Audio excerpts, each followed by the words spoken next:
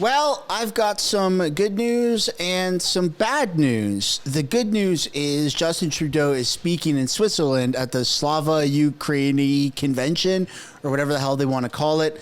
And the bad news is we've got a change in the polls, and obviously it's bad news because it's not a positive change. We got a couple clips to take a look at today. It's going to get a little spicy here. Welcome back to the channel, everybody. Welcome back to another video. Before we get into it, I do want to encourage you guys to smash the like button and subscribe if you haven't yet already. It does really help grow the channel. And I do have a cool opportunity for anyone who's living on the west coast of Canada. I'm selling my fifth wheel. I've got a just shy of 40-foot fifth wheel that's located on Vancouver Island. It's a 2022 Keystone Cougar 368 MBI. I don't want to show too many photos of it. I don't want to get doxxed, but I will put my email down below. If you are interested in buying this just about 40-foot fifth wheel, let me know through an email linked below. All right, without further ado, let's get into this video here. So we've got the polls that are not looking that good. Conservatives have gone down in the projections. They did hit, I think, close to 220, if not 220, not too long ago. Then they were down to 211. Now they're down to 206. And bottom line is 178, top end of 229. And Trudeau is at 80. And I think that, you know, as a little bit more time goes on, you're going to start to see this shift because of this foreign election interference. And things do get generally a little spicier right before they take off for summer break. And they're still sitting at 99% likely of winning the most seats and 99% likely of winning a majority government. So a little bit of bad news in terms of the opinion polls changing, you know, going down 4-5 points, but it's not like horrible overall. And speaking of horrible, some things are horrible for others, right? We've got global news. Seems like they're imploding. One of their news anchors is departing. I wonder why. And that's it for Global National for this Friday. But before we go, I wanted to share some personal news with you. I've decided to leave this amazing team and news organization. I joined Global nearly a decade ago. I was hired when I was pregnant. Same contract as my male counterpart. I'll never forget that. And since What? I thought women got paid less. Who's paying her more? Come on. You're supposed to get 70 cents on the dollar. since then, being part of the Global News family has been nothing short of an honor. In that time, our industry has evolved, and I've changed with it. I'm excited for new adventures, fresh opportunities in this rapidly moving media landscape. Well, that sucks for all feminists because she just debunked every single feminist claim that women get less money than men. She was hired when she was pregnant, and it was the same amount of money as her male counterpart. Wow. Go figure. That actually happens. Good for her, but not good for global news. And I think that you're going to see a lot of layoffs, a lot of shifts, selling of assets, letting people go with mainstream media because people just aren't interested. They're not interested in it. And the closer we get to the election, the more pressure there's going to be for, I mean, Pierre Poilievre has already said he wants to defund the CBC, which a lot of people, like not just hundreds of thousands, but millions of people are going, yep, we agree with that plan. They are propaganda medias there to prop up the Liberal government, and they're not even really propping up, you know, the opposition, which was winning by a landslide in the polls. So their loyalty is not to whoever holds the crown, apparently. So off with them. Take their funding away. Next up, we have a clip here that's showing insane heat waves. Oh my God, we're all going to die because you and your family went on that road trip. 21 right now at Pearson, 21 in Oshawa, and 20 up in Muskoka. So pretty nice dockside dining weather. You're going to need a light sweater once that sun sets. Also, why are they using all these dark colors? I don't get it. I mean, you know, they're trying to scare people with all the red. And I'll be honest, this is not that warm of a summer so far for me in northern BC. Like, we've had a decent amount of rain, not a whole lot, but a little bit more than normal. And we've had quite a bit of overcast, but it hasn't really been blazing hot to the point where it's like, oh my God, keep the air on. We're dying. So I don't know. You can use all the colors you want on the screen. it's just not really working their way, and there's not much time left for summer. So when are we all going to melt? It better happen soon, or else people are going to be really questioning why we're paying so much taxes to fix the weather when the weather seems to be doing okay.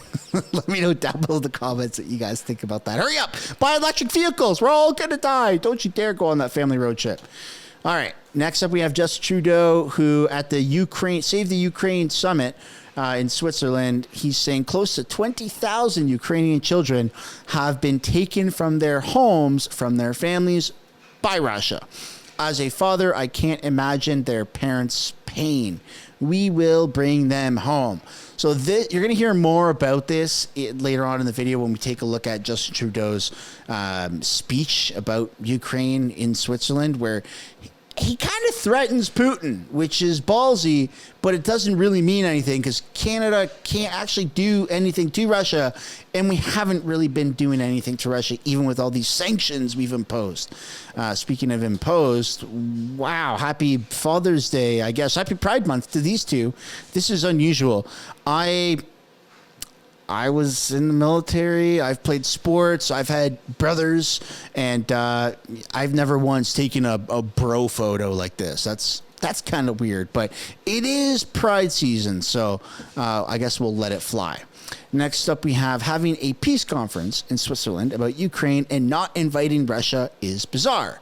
They demand Russia withdraw or be forced to surrender. These people don't seem to realize that Russia is winning. Now, unfortunately, we can't listen to the video because it is in Italian, but that's okay. We have a lot more to cover on this conference that happened, such as this one right here. Trudeau says Russia needs to be accountable for genocide of taken Ukrainian kids. Let's read this article by CTV. Prime Minister Justin Trudeau says Russia needs to be accountable for an element of genocide. He says it's committing by taking thousands of Ukrainian kids from their homes and by trying to erase their Ukrainian identity. Trudeau stopped short of using the term when he was asked about allegations that Israel is committing genocide in Gaza. Regardless of what a given person or a given country around the world might think of the causes of the war or the responsibility that Russia yields, everyone can agree that taking kids away from their families, trying to erase their language, their culture, that's an element of genocide, Trudeau told reporters on Sunday morning. That's pure colonialism. These are things that Russia needs to be accountable for. That's interesting that he words it that way because, I mean, Justin Trudeau is erasing our language. He's erasing our culture. So would that mean that he's committing genocide in Canada? I don't know. Maybe that's a stretch, but can't blame a guy for trying. More than 90 countries are attending the summit this weekend, which aims to spark discussion of a path forward, ending the war between Russia and Ukraine. Trudeau co-chaired a session alongside Norway on human dimension of the war, which touches on prisoners of war, civilian detainees, and deported children. So let's actually take a look at this video here, and we're going to get a little bit more context. This is the full version of Justin Trudeau's speech, and we're going to cut out all the French parts. Hello, everyone. This Ukrainian peace conference in Switzerland has already been a significant success. To have close to 100 countries here, almost 60 of them represented at the leader level, shows, particularly given the engagement from across all continents, including strong representation from emerging economies, just how important it is that we continue to stand up for international law and the fundamental principles of the UN Charter. I just came out from chairing a session specifically on the return of Ukrainian children who have been taken by Russia. We're talking about close to 20,000 children who've been ripped from their families, taken from their language, their culture, their identity, and every single day they remain away from their families is a lost day in their lives. The international community is committed to, first of all, making sure that the world knows about these stolen Ukrainian children, but also that we work in significant ways to return them, to make sure that Putin and Russians are held accountable for these crimes against humanity, and indeed that international law is enforced. How many points is a success when the joint communique includes no concrete action or deliverables from any of the countries moving forward?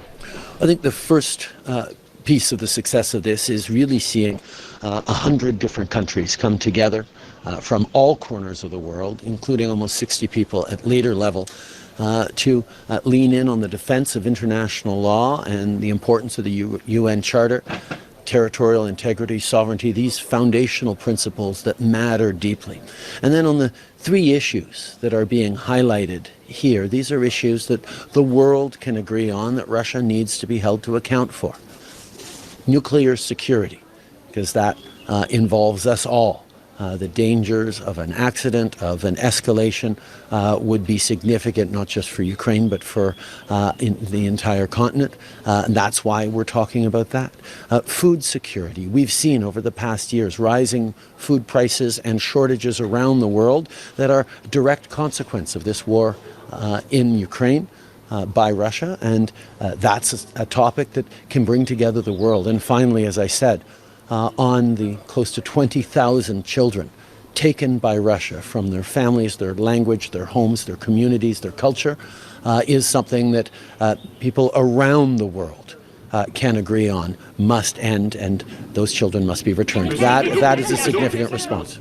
What's he actually going to do about this? All of these things are, this is what we should be doing, this is what needs to be done, but he never actually puts in a plan of action. It's all just empty words. For those that are looking for that confirmation bias, that are those people out there that are going, I wish Trudeau would do more, which, to be honest, there really isn't many of those people left, right? But they're getting that by Trudeau going on a press conference on national TV where he says, I'm doing something more. What? What are you doing more? We see this time and time again. He never actually does anything. It's all fugazi. It's all a bunch of made up things to give people false hope. He's very good at that. Canada promised an air defense system a year and a half ago. It still hasn't arrived. Today, the Foreign Ministry of Ukraine just said that's their top priority. Yes. What's the holdup? The air defense system, the NASAM system that Canada has promised to Ukraine and is going to deliver to Ukraine, is currently being built by the United States. We are working with the U.S. to accelerate production and get it off the assembly line and get it to Ukraine as quickly as possible. We know the Americans want to do that as well, but it is something that is not entirely in Canada's control. Effective given the fact that Moscow is imposing new demands? Well, one of the things that we talked about in the session that I just chaired is the importance of getting Russia to engage on the fact that they have abducted and kidnapped close to 20,000 Ukrainian children.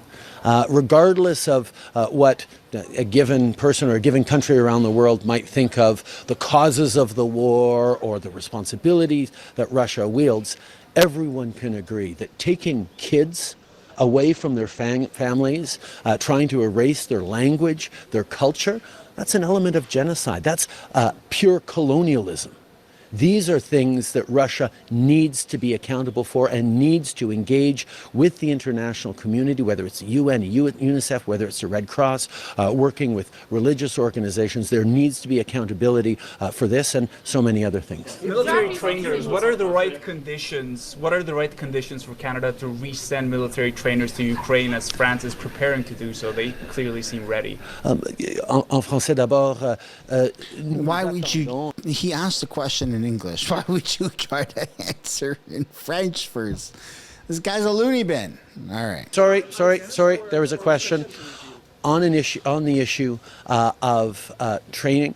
Since 2015, Canada has trained up over 35,000 members of the Ukrainian Armed Forces, and that continues. We know how important it is through working in various places. It is to continue to enable Ukraine to stand against the tremendous numbers and resources that Russia is throwing at them in this invasion. The fact that Ukraine was able to hold through those first weeks and now for more than 2 years is a testament first and foremost to the strength and courage of Ukrainians who are fighting for their homeland, their culture, their very identity. But it's also a recognition of countries like Canada who, since the invasion of Crimea, have been working to train up the Ukrainian forces so that they could stand against Russian numbers. Are you saying Russia's committing genocide in Ukraine? That is certainly one of the things that has been talked about. When Putin gave a speech just before this latest invasion of Ukraine 2 years ago, he talked about the fact that Ukraine wasn't a real country and wasn't a real language and was really just a part of Russia. That erasure of identity, that minimizing of a culture and negating of a national identity is one of the ingredients of genocide. As you all know, that is a word that we that is a word that we turn to the international community and specifically international institutions of law to weigh in on.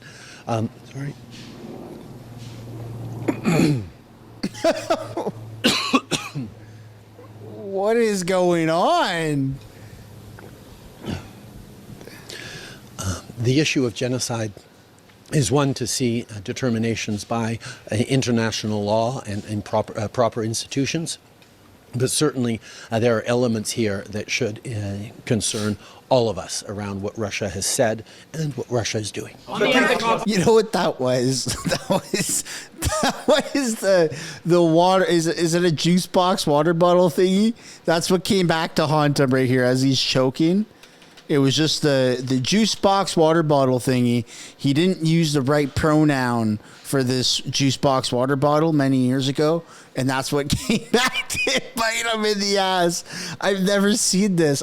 Look, I mean, it happens to anybody, right? When you're speaking and you just start choking, but there's just something that's funny about this happening to Justin Trudeau when he's almost indirectly threatening Vladimir Putin, going, "We're going to get you. We don't know how, but we're going to get you because you're committing genocide," and proceeds to choke. I don't know. I don't. I'm sorry. Let's move on to the next clip. You said in the NSICOG report that you have concerns with what the committee had done. Can you outline what those concerns are? Well, I think one of the things that we have seen over the past number of years is a number of reports, a number of I am terribly sorry. Take a minute. I will take a moment.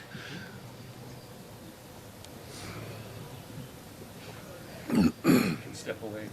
Yeah. You need to.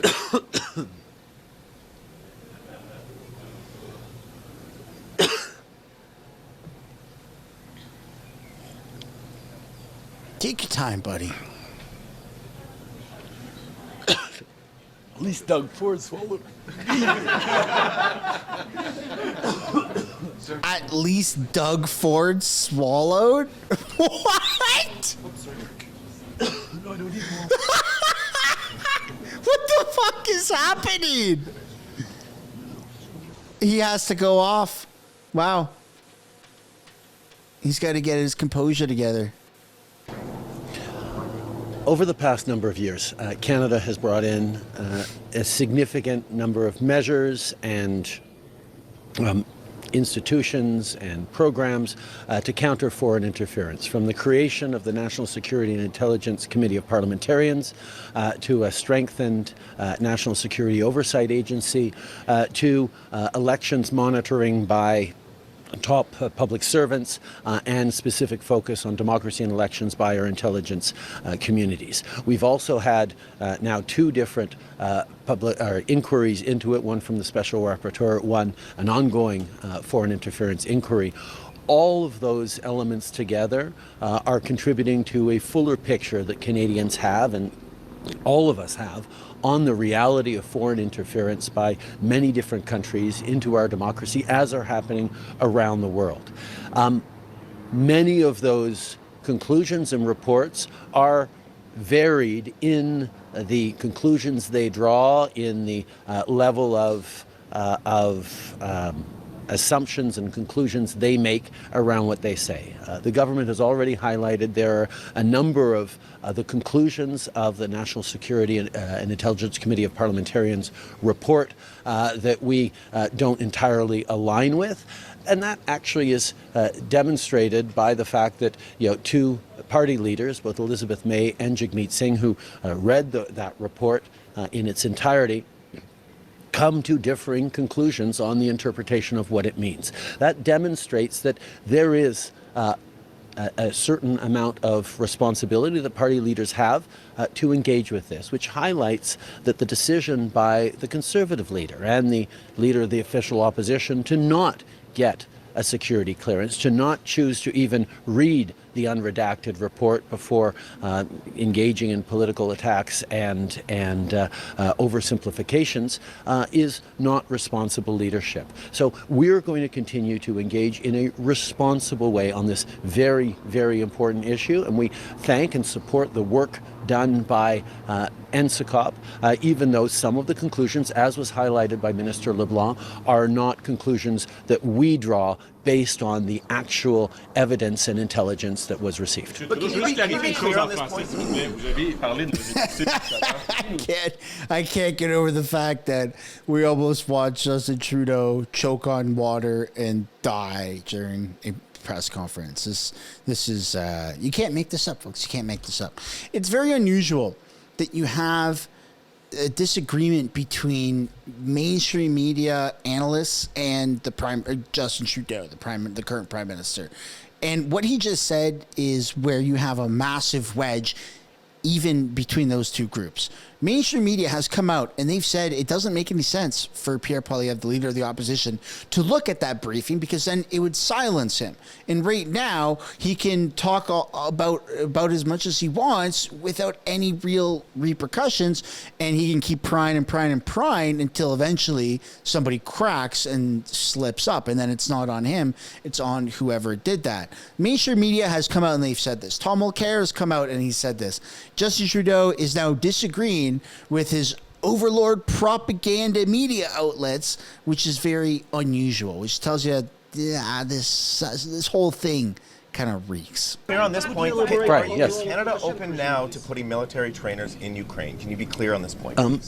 We have always been there to support Ukraine with what it needs. We are delivering light armored vehicles as we speak that Ukraine is in need of, and we continue to do training in many different locations. This is something that we will continue to be there for Ukraine on. Last question. Yeah, that's not something that Canadians really support in the numbers in which they're saying that they do. I personally don't think that we should be spending this much of our resources funding this fight. I understand humanitarian aid, but not giving away all this ammo and stuff like that. It just, first of all, they're guised as loans, right? We're loaning them the money, not the equipment, but the money, the billions of cash that we've given them.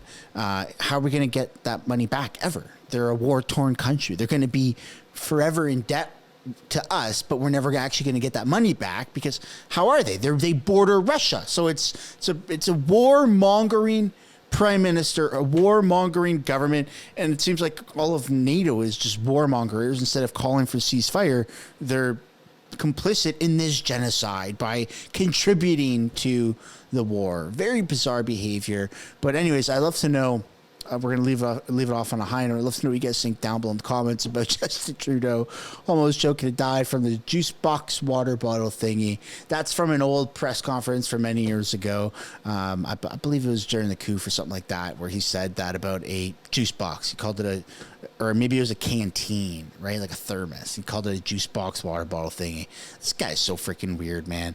So freaking weird. Let me know what you guys think down below in the comments. That's where we're going to end it. On your way out, I'd like to encourage you guys to smash the like button, subscribe if you haven't yet already, and we will see you in the next one. Bye for now.